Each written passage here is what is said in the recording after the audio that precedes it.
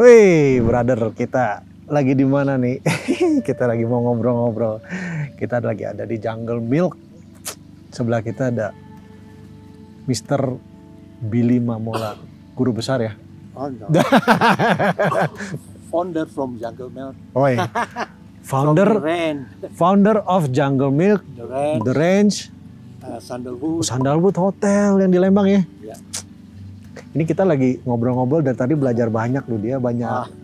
Beliau memberikan banyak apa ya, filosofi hidup yang memang pengalaman nggak bisa bohong ya. Ya proses ya, proses yang membuat. Tapi Jungle Milk, woi itu. Siapa yang belum pernah dunia perkempingan datang ke Jungle Milk coba? Namanya Jungle Milk, ada artinya tuh. Apa tuh Jungle Milk ya? Jungle Milk itu saya ke depan mungkin saya akan membuat suatu produk itu susu ya.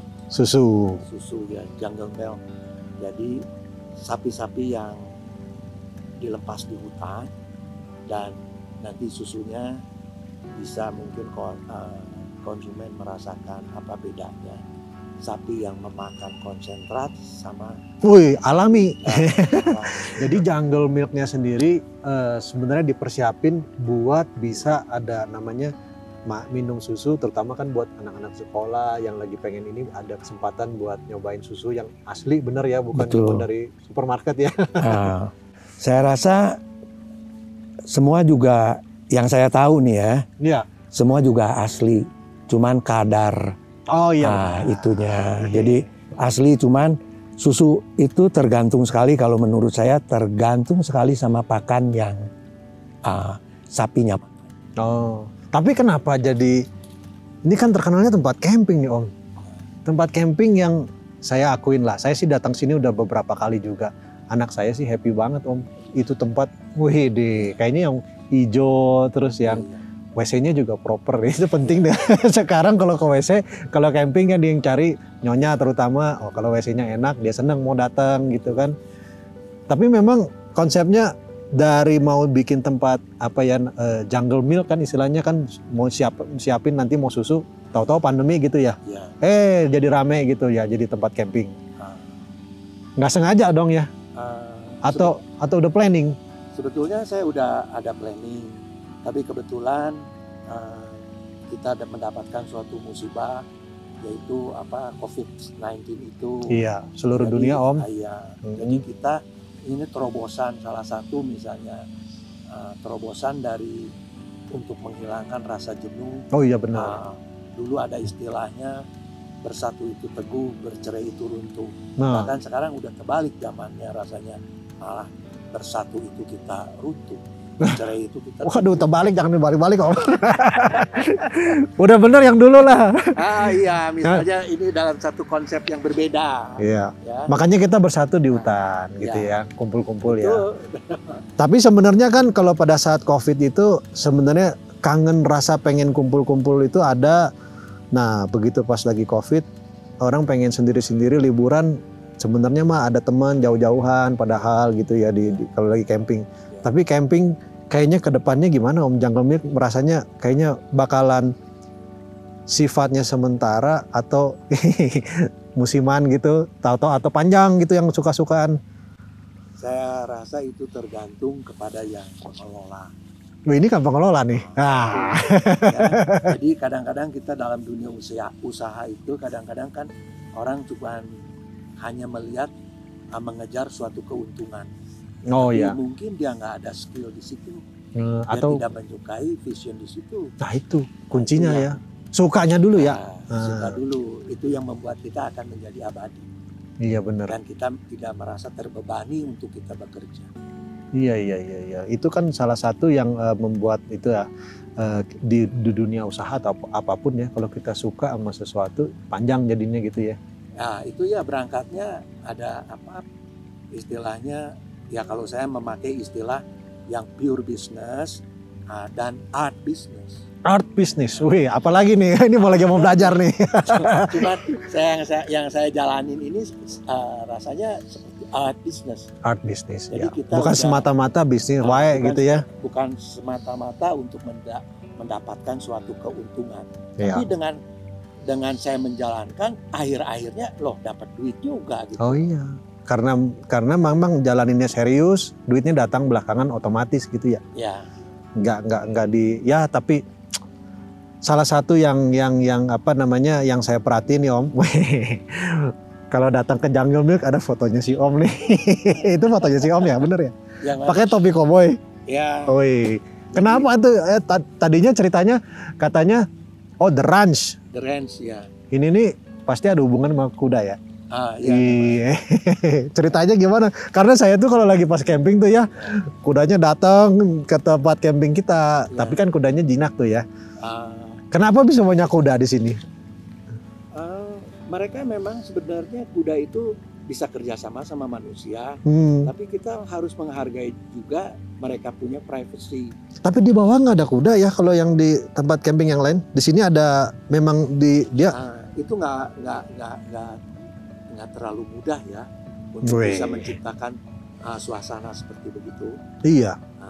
Tapi background kudanya, kalau saya baca-baca sih, kalau soal kuda nih, piawai nih, ahli kuda.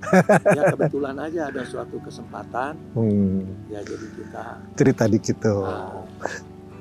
Kesukaannya terhadap kuda kayak dari tahun berapa ya tadi cerita? Saya sejak umur 6 tahun. Hah? 6 tahun. Wih, panjang amat Om. Suka kuda dari 6 tahun kita udah menunggang berarti kuda. Dari orang tua juga udah ada ini ya, memberikan perkenalan ke kuda zaman dulu. Kesenangan mungkin ada, tapi kita lebih difokuskan dulu sama orang-orang tua dulu kan, sekolah yang lebih dipentingkan. Itu. Jadi kita kadang-kadang mencuri-curi waktu gitu untuk bisa menunggang kuda atau berdekatan dengan kuda. Di Bandung? Di Bandung. Pertama kali udah ngerti Bandung itu kuda itu di Bandung? Di Bandung, ya. Tapi kan dengernya kan sampai jadi, wih juara apa ya? Ya, saya 97, saya Indonesian Free Fall Champion untuk racing. Tahun 97 tuh ya? 10 tahun kemudian saya pecahin rekor naik kuda Indonesia terjauh dan terlama. Di mana? 12 hari. Hah? Dari The Ranch ke Pangandaran pulang pergi tapi lewat pegunungan. Berapa orang Om itu kuda? Waktu itu kita berangkat ada 5 orang.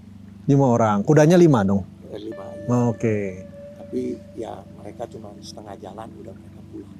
Terus Om Billy 12 hari ya? 12 hari. 12 hari dari The Ranch yang sebelumnya dong ya? The Ranch yang di Lembang. Jalan Maribaya. Terus ke Pangandaran. Berapa kilo itu? 602 kilometer. Kita lewat gitu. Aman tapi Om, pada itu umur berapa? Itu umur tahun 2007. Oh 2007. Iya. Berarti sekitar 50-an ya, 53 ya.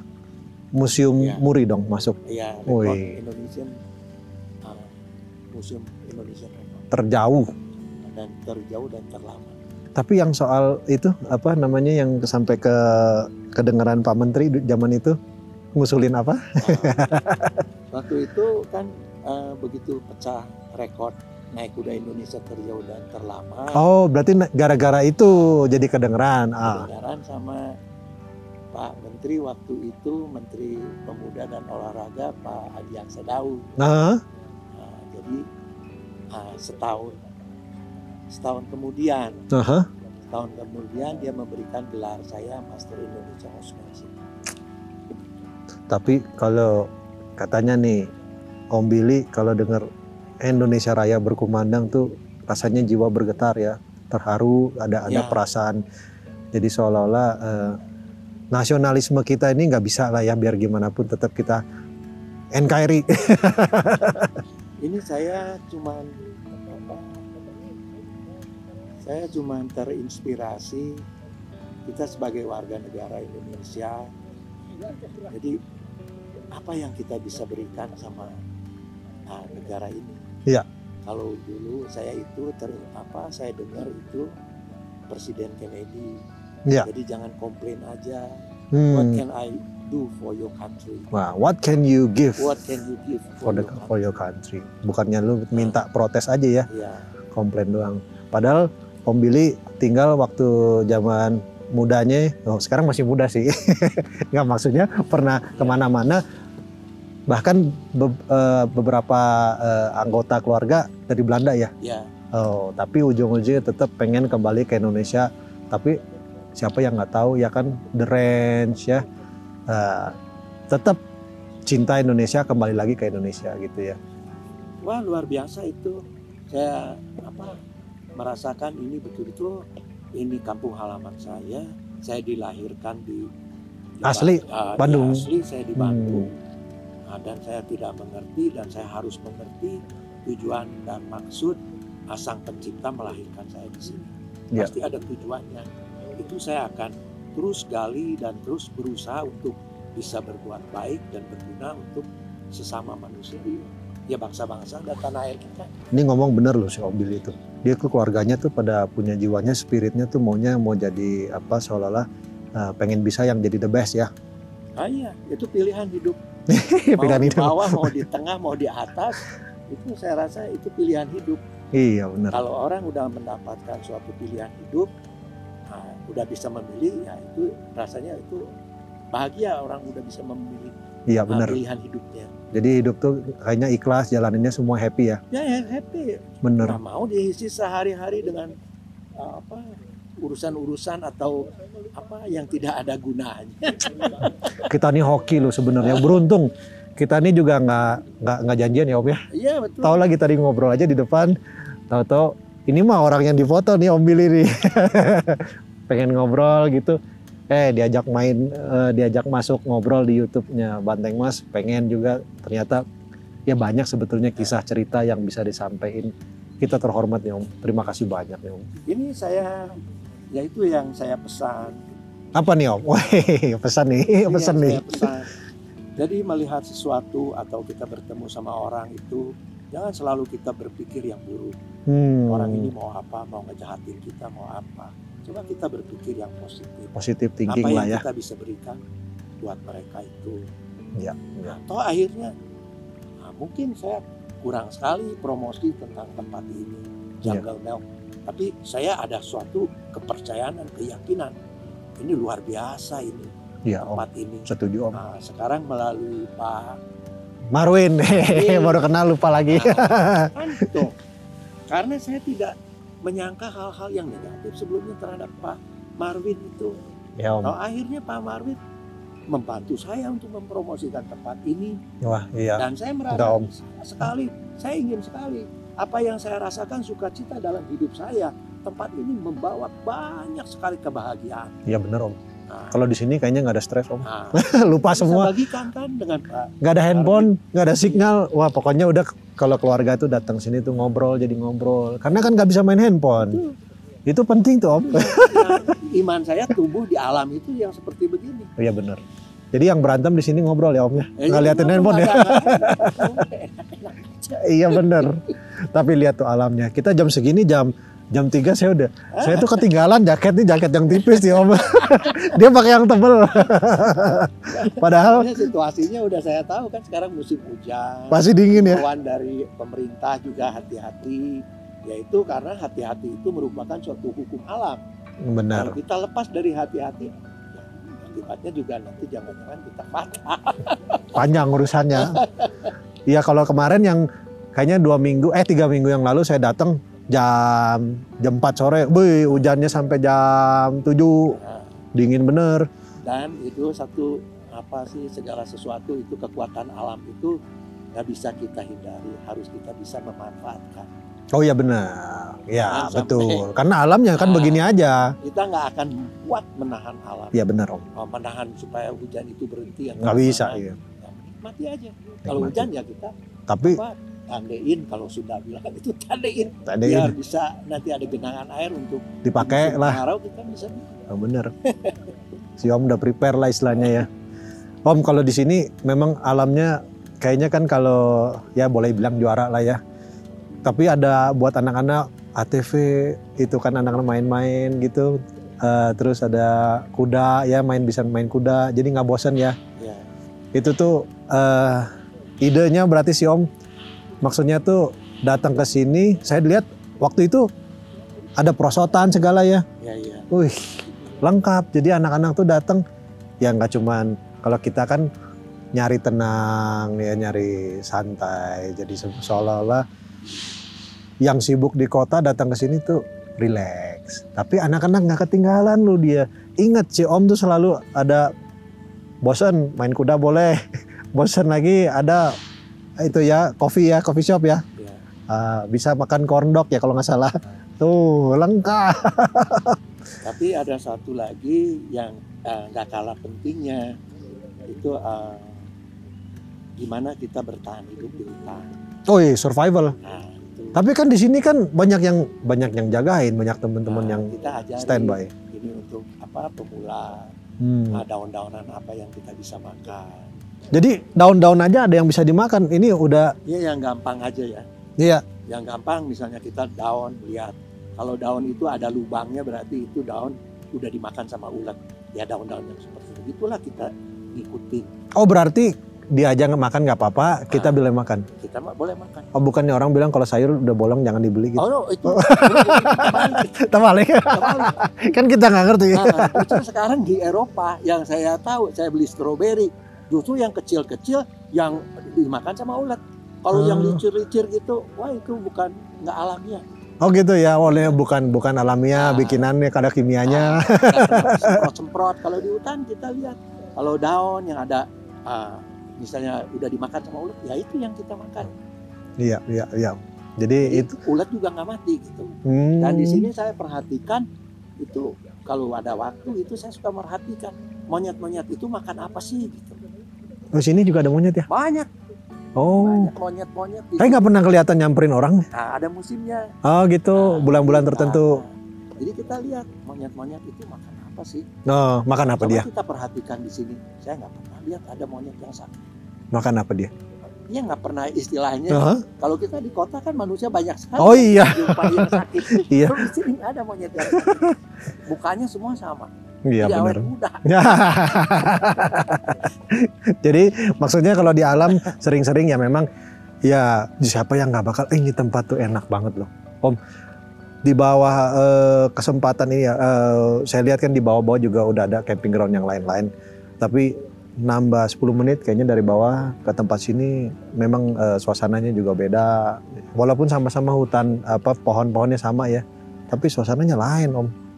Saya rasa mungkin tegakannya juga nggak seperti di sini ya. Ini tegakannya kan kerap sekali. Oh pohonnya tegak. Pohonnya sedikit banyak sekali gitu. Oh rapet ya. Ya. Dan coba sekarang bisa dirasakan apakah ada nyamuk. Oh iya. Lalat juga kurang Om. Kenapa begitu sih Om? Nah itu saya juga kadang-kadang kalau lagi campingan lagi siapin makanan, dia lalat datang. Itu kenapa?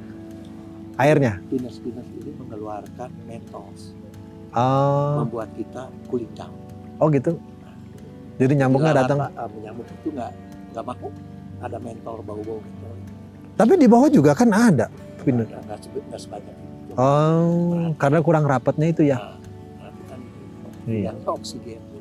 Makanya kalau lagi camping saya cepok, wah nyamuk weh. Sini nggak ada, iya bener loh. Kirain saya karena lebih dingin, tapi kan dingin di bawah juga dingin ya. Iya banyak lalat Om, lagi motong gitu. Tegakan. Oh iya benar. Kayak asap gitu. Bener-bener. Ya itu kalau yang si Deransya itu pindah ya dari tempat yang lama ke yang baru sini ya? Ya itu ekspansi lagi ke sana. Ekspansi. Saya belum sempat mampir nih Om. Ntar mampir ah. Kayaknya lebih saya lihat udah, ada apa namanya kabut-kabutnya, wah lebih tinggi lagi ya. Ya itu apa yang di daerah situ kan lebih dekat mungkin sekarang dengan. Kalau dari Garut tinggal turun tuh. Dari Subang. Subang ya. Lebih dekat sih. Bedanya apa sama yang lama Om? Bedanya sebetulnya kan itu apa udah nggak kalau yang itu kan pure dulu awalnya saya yang bikin konsepnya. Oh iya, wow. Sekarang kita kan ada tim. Di situ ada Pak Peri. Teman-teman lah ya. Tapi makin banyak kepala makin bagus dong. Ya syukurlah. Ya. Jadi orang ketenagaan kerja kita bisa menyerap tenaga. Lebih banyak ya. Oh, tapi jumlah kudanya juga ini ya? Ya, saya pengen memang kalau bisa ya supaya ya perkembangan kuda di Indonesia itu pesan Pak Menteri supaya berkembang, jadi membudayalah kuda itu karena transportasi di seluruh dunia rasanya Indonesia itu yang menggunakan kuda yang paling banyak. Mah, masa sih? Iya, misalnya kalau kita lihat di Manado, oh gitu? Di mana ya di Padang. Tapi kita nggak ada ya polisi naik kuda. Ini saya. Lihat udah, polisi naik kuda. Ini berarti bajunya polisi. Jadi ini bukan abal-abal juga. Oh ya? Bukan abal-abal juga. Bukan cetak sendiri bukan? Bukan cetak sendiri. Saya dapat honoris polis. Oh, karena? Karena saya yang mengajarkan polisi di Jawa Barat berkuda. Oh gitu? Ya. Oh berarti ada ya? Ada. Di mana ya? Cuman belum masih vakum. Oh lagi vakum? Enggak, belum karena biayanya mungkin. Oke. Anggarannya saya nggak tahu dah. Itu urusan dulu Pak Kapolda, Pak Anton. Berarti nantinya apakah mungkin dihidupkan kembali planning akan berkuda jadi tim polisi berarti ya di Jawa Barat dengan kuda ya? Bahkan tempo hari waktu teman saya Pak Arif jadi Kapolda di Bali, dia meminta bantuan saya untuk pengamanan berkuda, pengawalan waktu itu lagi OPEC. Lagi Pak Obama mau ke Bali. Oh, kira-kira ya tahun 2000 sekian, saya nggak ingat lagi. Iya, yang belum lama lah. Iya. Jadi pengamanan menggunakan kuda ya? Ya. Bapak berperan sebagai si Om? Saya untuk melatih itu gimana. Sekarang banyak loh Om yang demen-demen berkuda Om. Penanganannya atau handlingnya gimana. Berarti ilmunya dari mana mula-mula soal kuda? Soal kuda awalnya saya otodidak. Tapi setelah saya pengen belajar yang lebih dalam lagi, saya lihat di Australia, saya berkunjung ke Belanda, ke Jerman. Begitu. Berarti kan kalau berkuda itu nggak bisa sembarangan, memang mesti ada tekniknya ya. Makanya harus di apa namanya, ada pelatihan lah ya. Ya itu ya. Kan saya tahunya dulu Superman jatuh naik kuda tuh, si Christopher Reeves jadi lumpuh. Oh, saya nggak. Saya dengar tapi saya nggak tahu apa pinggangnya gitu. Sampai sejauh mana dia bisa menghandling gitu. Iya, karena kan kuda kan berporosnya kan berdiri begitu. Saya sih nggak tahu, saya nggak ngerti kalau kuda. Cuma taunya kalau naik kuda badan kita kan semua berporos, tumpunya di sini gitu. Ya. Dia mungkin jatuhnya kecelakaan, lumpuh kan satu badan. Tapi berarti kan makanya harus belajar yang benar ya. Berarti belajar kuda di The Ranch juga ada ininya nih. Ya cuman kadang-kadang ya pengalaman hidup saya, kita jangan salah sampai mencari guru. Ini tadi nih ngomongnya bener. Jangan sampai ngikut orang yang salah ya. Belajar yang benar. Ada sesuatu kebuktian. Itu yang rasanya pengalaman itu yang saya jalankan. Iya. Jadi saya belajar kuda, saya melihat senior-senior saya yang udah ada suatu kebuktian. Iya, benar ya. Dia ada ahli di bidang berkuda. Nah, jadi saya sampai saat sekarang saya tidak menyesal. Saya tidak pernah menyesal tentang segala sesuatunya tentang perawatan kuda, tentang menangani kuda. Iya. Karena senior saya mengajarkan, saya nggak banyak dikecewakan. Ilmunya kalau udah punya nggak bisa hilang ya. Udah nempel sama kita, jadi kita belajar kayak orang yang bener, hasilnya jadi benar gitu ya. Iya. Bahkan kita, yang saya tahu waktu Perang Dunia Kedua, Kaisar Hirohito dari Jepang itu, dia bilang waktu dibom itu, dia bilang Hiroshima Nagasaki. Iya. Dia tanyakan berapa guru yang masih hidup. Oh iya, yang diselamatin gurunya ya. Iya karena benar. Guru itu cikal bakalnya dari suatu bangsa untuk bisa jadi maju atau mundur. Ya, iya tugas yang paling mulia seorang guru itu ya. Jadi memberikan pengaruh kepada orang banyak, menabur karma baik lah. Ya. Seneng banget nih bisa ngobrol-ngobrol. Ini guru besar, makanya kan tadi baru mulai udah ngomong guru besar gitu loh. Enggak juga. Belajarnya nggak habis-habis memang, jadi cuman nggak boleh salah belajar ya kan. Kita jadi yang benar. Salah mencari informasi yang nggak tepat pada sasaran. Bener Om. Jadi kalau ya kebuktiannya aja lah. Misalnya apa sih ahli apa bela diri atau gimana, pasti dia memberikan arahan yang jauh lebih. Iya. Makanya tadi saya nanya, Om gimana biar punya tempat bagus gini, belajar dong. Kapan nih saya punya tempat kayak Jungle Milk? Nanti kata jawabannya, kalau suka nanti pasti ada jalan katanya. Bener tuh ya? Ya betul. Kalau nggak ada rasa suka itu, nah rasa cinta dulu mungkin. Iya. Nah, termotivasi kita untuk melakukan. Saya tuh kalau ke Bandung pasti demen, satu udaranya, kedua sekarang jadi ingetnya kalau mau camping jadi wah pengen ke Jungle Milk, Cikole gitu ya. Ini dia nih kesempatan kita bisa ngobrol-ngobrol sama Om Billy. Om Billy Mamola. Saya taunya kalau transfer Billy Mamola. Kalau nggak transfer nggak boleh datang, takutnya di pintu di ini ya, takut rame ya, nggak boleh. Ya. Jadi memang daftar dulu ya. Ya memudahkan lah. Memudahkan pengaturan. Kemacetan atau apa. Bener Om. Mengganggu orang lain juga kan kayak. Kalau kumpul keramaian, terutama kemarin pandemi lah ya, keramaian juga kan nggak enak ya. Iya. Bener. Menyusahkan orang lain kan nggak kesian juga gitu. Ngaturnya bener, makanya jadi tempatnya enak terus. Ngatur hotel segala udah biasa, makanya tuh. Om Billy. Terima kasih banget nih Om. Sama-sama. Ada yang mau sampaikan nggak kira-kira buat teman-teman Banteng Mas nih, brother-brother yang senang-senang camping, ini yang senang-senang off-road 4x4 nih yang denger nih, biasa jadi penontonnya nih. Ada kata-kata mutiara. Wih deh. Ya kekuatan alam itu luar biasa. Wih deh. Maksudnya apa tuh Om? Saya dibesarkan, iman saya semua dari alam. Saya introspeksi diri, saya merenung, saya tidak mengerti ini merupakan suatu sistem.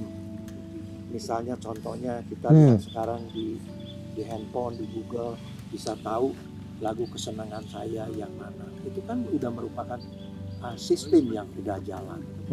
Nah, alam ini, alam semesta juga, ini luar biasa ini sistem. Jadi hukumnya itu udah tabur tuai. Gitu ya. Apa yang kamu tanam, apa yang kamu tabur, itu yang nanti cari, kamu itu yang kau dapat. Iya. Makanya bener dulu, jangan nanam yang enggak ya. Nanamnya jangan salah ya. Tergantung pengetahuannya ya. Oh iya bener. Gurunya tadi, iya. Kalau gurunya salah, nanamnya salah. Itu bisa. Nanti nuanya. Dan kita nggak bisa melawan alam. Nah, contoh lagi. Apa lagi nih? Alam itu. Nah, kita nggak mungkin nanam pohon mangga di sini berbuah. Oh iya. Bisa berbuah. Lain. Tapi banyak membuang kita energi kita. Oh iya benar. Nah, ya kira-kira seperti begitu. Strawberry baru aman di sini ya. Nah, kalau kita serahkan sama alam, kita bisa mengerti kekuatan alam. Nah, misalnya buah ditanam di pesisir itu nggak usah diapa-apain, nggak dikasih pupuk, nggak diapain, nggak hidup. Oh ya benar. Nah, itu kekuatan alam. Contohnya seperti begitu. Iya benar. Indonesia tuh kalau nanam apa aja bisa tumbuh, asal tempatnya benar ya. Makanya orang itu kita pengetahuan, wawasan itu segala-galanya, apalagi disertai dengan pengalaman. Nah, jadi kita wawasan kita perdalam, pengetahuan kita perluas lagi, dan pengalaman kita sering dengar kepada guru-guru yang ada suatu kebuktian. Itu rasanya udah. Jangan guru yang ngomong doang ya. Apa tadi istilahnya? Ngomongnya istilahnya juga nggak apa-apa, lebih baik daripada nggak ngomong. Oh gitu. Tadi ada nih kata-katanya bagus banget. Gimana tadi? Lebih baik dimakan. Ya. Dijahatin, lebih baik dijahatin sama. Gimana tadi ngomongnya? Nah, begini nih. Jadi saya banyak mengamati banyak keluarga antar saudara. Oh ya. Berebutan harta. Wah, penting nih itu. Nah, bagi saya lebih baik kita dimakan sama saudara kita daripada dimakan sama orang lain. Oh ya benar. Gitu kan? Ngapain ribut ya? Padahal ya saudara sendiri. Makan saudara sendiri Iya, benar. sama orang lain. Tapi ada daripada yang lain nih. Nah, apalagi nih? Lebih baik sama orang lain daripada dimakan sama musuh kita. Oh tuh bener. Maaf nih, dalam arti musuh kan, misalnya kita perang sama siapa nggak apa-apa gitu, sama musuh kita. Tapi lebih baik dimakan sama musuh kita daripada mubasir. Tuh. Kan musuh jadi bisa jadi teman. Ini orang bisa ngomong begini nih beliau nih karena, wih panjang nih perjalanan. Karena merelakan loh. Ya kan artinya kan pada saat berantem kakak adik soal harta, terus kan ngerelainnya gimana, baru ada keikhlasan. Ya masih saudara, lebih baik dimakan saudara.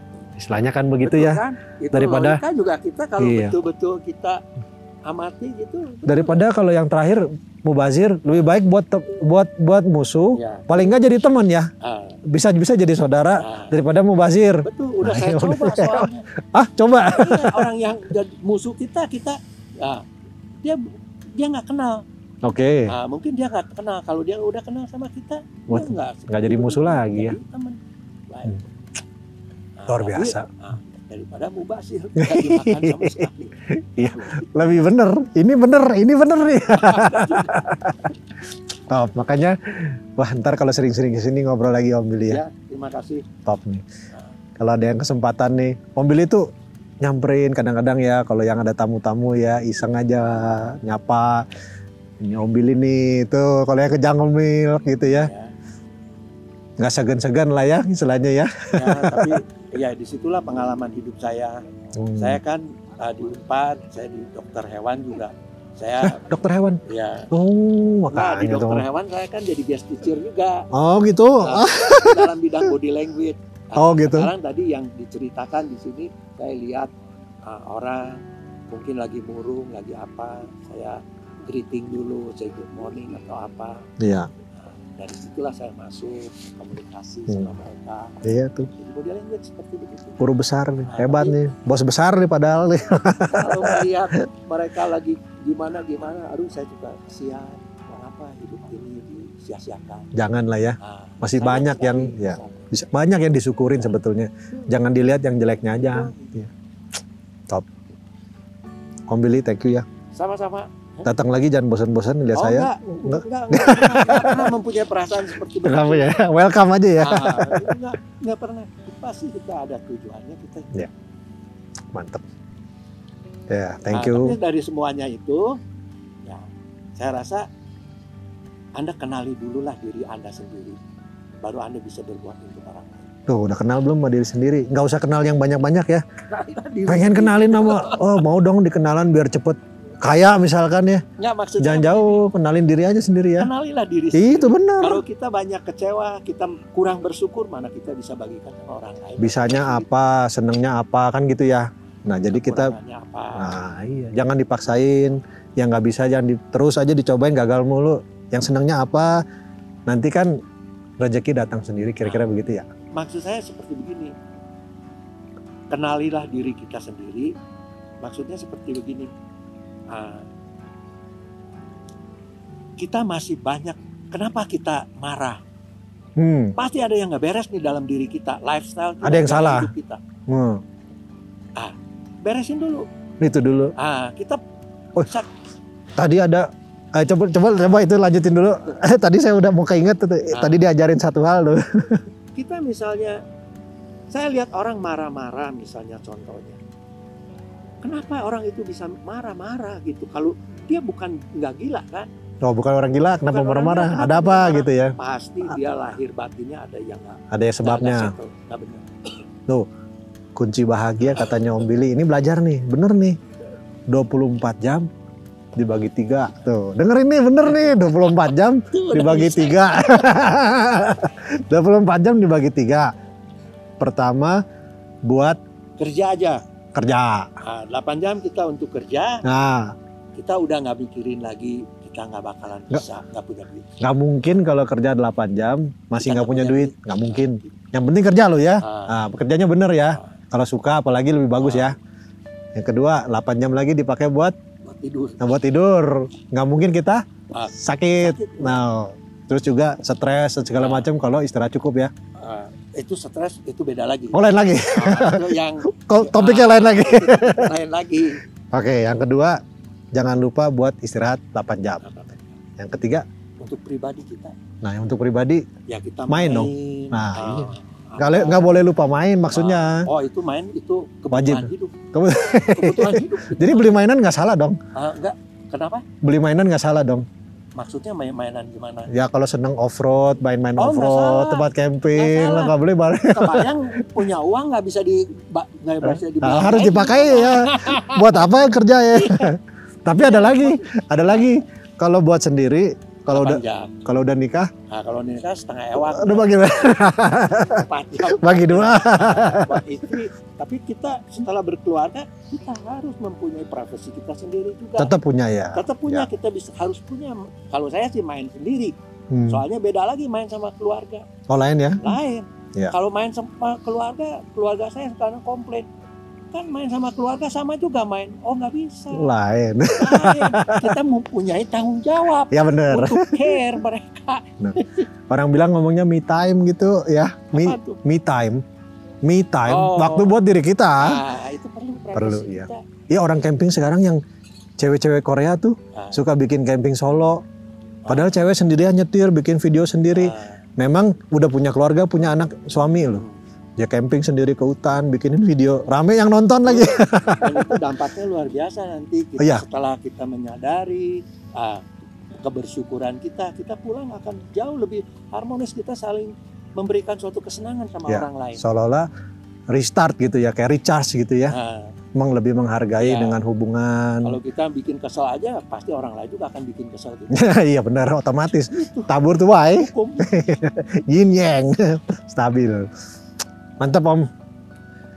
Kayaknya Om Billy banyak banget nih, nggak selesai-selesai pasti nih. Saya sih pengen belajar lebih banyak lagi. Nanti saya datang lagi deh Om ya. Oke. Tapi kesempatan yang kali ini terima kasih. Nggak disengaja bisa ketemu tuh. Waduh, top banget deh. Hari biasa ini pula ya. Karena pertemuan itu bukan suatu kebetulan. Oh iya, bukan kebetulan ya. Sudah diatur sebenarnya ya. Nah, kalau saya percayanya seperti begitu. Tinggal kita memanfaatkan pertemuan kita. Wah, tuh lihat tuh. Nggak habis-habis tuh kan. Makanya kalau ada ketemu tiba-tiba jangan disia-siakan. Ngapain jadi kalau kita ada rasa curiga nih orang mau apa? Mau ngapain lo ya? Udah. Rugi kan? Ya benar Om. Perasaan begitu hinggap di dalam diri kita, tapi kayaknya jadi merasa ini banget nih, pengen waduh. Oh gitu, enak aja. Bahkan melihat tadi ada salah satu anggota yang diam aja. Kenapa ya diam aja? Memang dia pendiam atau gimana? Tanya ngobrol ya. Kenapa ya gitu ya? Om Billy, thank you banget Om. Ya sama-sama. Mantap cerita-ceritanya. Nanti kita kapan-kapan main lagi Om. Oke. Terima kasih Om. Ya. Salamannya gimana nih sekarang? Gini juga. Oh gini aja ya. Udah COVID udah habis. Sip. Thank you.